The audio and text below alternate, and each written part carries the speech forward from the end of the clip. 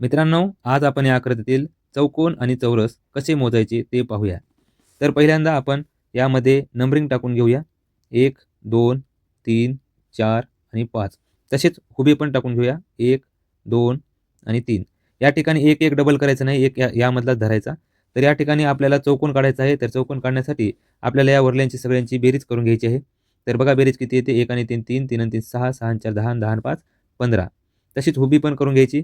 1 आणि 2 3, 3 आणि 3 6. तर ह्या 6ला या 15ने गुणायचं. म्हणजे आपल्याला चौकोन भेटून जाईल. तर 15 गुणिले 6, 6 पंचे 30, हातच्याले 3, 6 एक 6, 6 आणि 3 9. तर आपल्याला चौकोन एकूण 90 भेटले आहेत.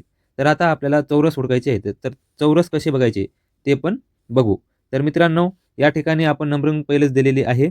तर या ठिकाणी या या शेवटचं ते या शेवटला या दोघांचा गुणाकार करायचा. 5 त्रिक 15 आणि 2 आणि 4 याचा गुणाकार करायचा. 4 एक 4, 4 दोन्ही 8 आणि शेवटचा जो अंक आहे उरलेला त्याला प्लस करायचं. तर एवढ्यांची बेरीज करायचं. 15 आणि 8 23 येईल. 23 आणि 3 26. तर आपल्याला एकूण 26 चौरस भेटले आहेत. तर अशा प्रकारचे व्हिडिओ बघण्यासाठी आपल्या चॅनलला सबस्क्राईब करा, लाईक करा, कमेंट करा. जय हिंद.